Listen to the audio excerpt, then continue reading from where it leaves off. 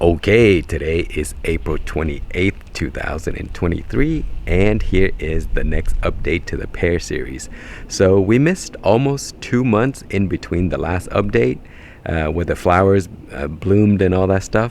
But this year it didn't bloom that much, so we didn't miss too much.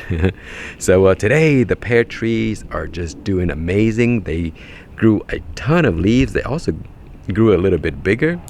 Strangely, they didn't produce as much as last year, and that's very common in my trees. It's sort of like a biannual production because I allowed them to produce too much one year, and so all the energies were spent.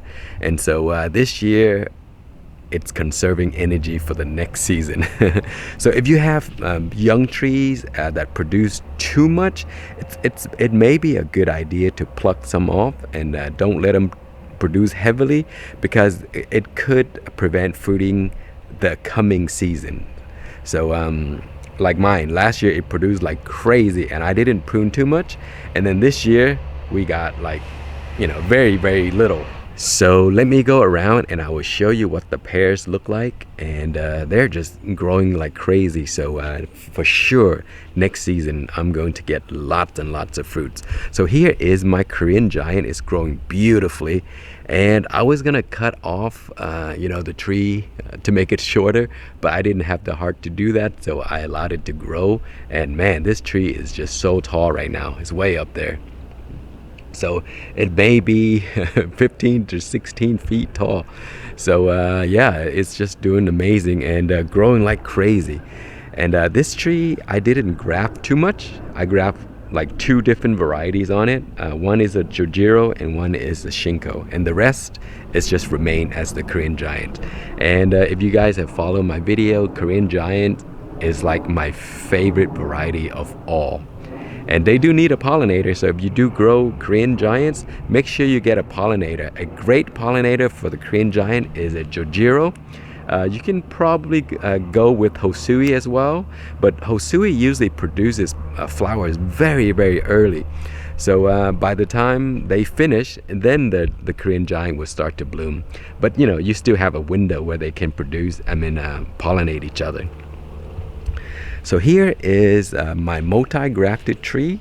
I started with 4, and then I grafted a bunch more onto it. I probably have 5, 6, or 7 right now on there. And then what I also did was this is the Shinseiki, and back there is a Hosui. And so I swapped the graft. So I took the Hosui, which is this here, and I grafted onto the Shinseiki, and then I took the other branch and I did the reverse. So yeah, Hosui fruit right here, and Shinseiki fruits right here. And then I have Korean giant here. And then as I mentioned in the last video, I think I did, I'm attempting to do some air layer, because these two branches are shoots from the original rootstock, and usually I'll cut it off anyway, but because I just didn't want to waste it, so I use it to attempt either air layering or to practice with grafting and stuff like that. And then here, my 20th century, this year it produced some fruits right here. So we're getting some for the 20th century. Hosui back there, I got a few. Chojuro didn't get anything, and but the tree is looking beautiful. See, they're all full and lots of leaves, but not many fruits. So that's okay though. And we have the Shinko. This is a multi-grafted Shinko, and I have so many different grafts on this. It has every single variety in the garden. It has Shinseiki, Korean giant, Chojuro, 20th century, whatever else that I have in there, I forgot. But it didn't produce much this year. I think there's like 1 or 2 fruits, but I pulled it off. And yeah, this tree was a heavy producer last year, so all the energy was spent, and so this year nothing. And here's my Mandarin Orange, and it had a lot of fruits, but most of them dropped, which is usually the case, because this small tree should not have that many fruit. It would not be able to handle it, and so it just sheds all of the fruits on its own, like here. See, so it turns that color, and it'll just fall off, and then the rest will turn into the actual orange. And here is my giant Fuyu. It's a very small tree, but it's actually producing nicely. And I should not let the tree produce, but I just couldn't help myself. And so here they are producing fruits. And maybe I'll just pluck most of them off and leave just a few. Last year I had like 2 fruits off of this tree, and it was delicious. It tastes like brown sugar, really, really super sweet. And here is my multi-grafted apple. And guys, I showed it before, but look at this. This is the pear, a pear. It's a Hosui pear grafted onto the apple, and it's 2 years. It's over 2 years old, and it's still alive. There's a fruit right there, but I think it's not gonna make it. You see, it looks like it's going to die, but anyway. And I grafted another one to make sure that I know for sure that it works. So I grafted this season, and look at that. That is another variety. I think that might be a Korean giant, I'm not sure, but yeah, it grafted onto my apple, and that worked. Just in case you want to know what the apple variety is, it's a Fuji variety. So Fuji, you can graft Asian pears onto it. This is the I showed this before. This is a graft from a tree that I grew from seed, and it's so crazy. Look how big this branch is. It's like as big as the rest of them. But here is the original tree that I took the scion from. This one. You see here? This was originally that right there. You see? I cut that top piece right there. You see how small this is? And then I graft that top piece onto here, and look at how massive this thing is. I guess it's because it's grafted onto an established tree, so it's able to grow better. And so yeah, I'm training it. I'm training it with these ropes right here, and that's the best training method that I find. I bought these things here, and these work sometimes, but guys, I would never buy this again. It's horrible. It's not a good training utensil or tool. And so training is best if you buy these tent stakes. These are stakes for tent, and if you want to get the same stakes, I can link you so you can buy the exact same one that I'm using. And I've used this for over 2 years now, and it worked the best. So that's the only training tool that I would use going forward. And here is the other Shinko, and as you can see, I'm training it again. And this one here, it was like this, and then I trained it, and it with the rope, and now it's growing like that. You see?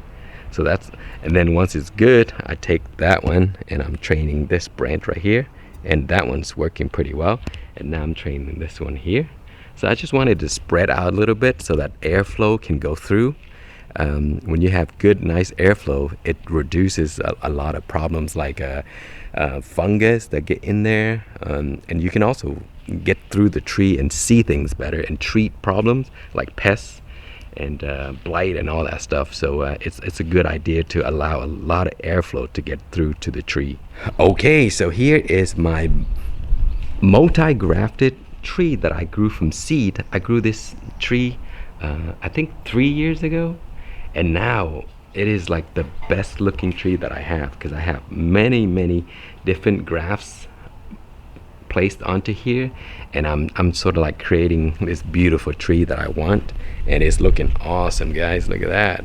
So I have like Shinseiki, Chojuro, Korean giant, and I think Shinko all on here. And it's just a small tree in I think it might be a 10-gallon bucket. And here is my Fuyu. Look at that, guys. That is a beautiful Fuyu. And there's so many fruits on here. Look at this. So you lift this up, you see that? Those are all the fruits. A lot of these are going to drop, but it's still going to retain a lot. See, these are the fruits right here. So the flower, this is when the flowers are fresh, and once they get pollinated, it doesn't need pollination, but sometimes the bee would try to pollinate it. But fuyus do not need pollination. If it does get pollinated from another tree, another fuyu variety, then the fruit will have seed in it. And if it doesn't get pollinated, then it'll be seedless. And so once, you know, sort of like it gets pollinated or whatever, and then this turned brown, you see? And so that would become a fruit, and this part will fall off. And then it'll just grow and grow and grow, you see? And then by October, they would be ready. And so fuyus are just extremely heavy producer, and they grow pretty fast too. So you see, every single branch, there's fruits. Lots and lots of fruits, you see? Fruits everywhere, like 20 fruits per branch, like that. And so the bigger the tree, the more it can hold. And so, you know, you'll get more fruits with larger tree, because it'll have, you know, the energy to sustain all the fruits. And if you have young trees and it has too many fruits, they will either produce very small fruits, or they would drop half of the fruits that it carried. And yeah, this is an awesome tree, and looking beautiful. Very easy to grow, very easy to maintain, and there's not a lot of issues with these trees. So if you want to grow a nice fruit trees that would withstand most conditions, fuyus are the one. Okay, lastly we have the other giant fuyu, and this one's also having lots of fruits right here. And yeah, looking great. And so I love this variety. It tastes so good. This is a giant fuyu. It tastes just like brown sugar. I had a few fruits from last year, and it was just amazing. So yeah, that's it, guys. So I will try to do another update later on this season to show you what's going on and how the tree looks. But for now, they are just trying to fruit and growing like crazy. Thank you so much for watching. Please like, comment, and subscribe.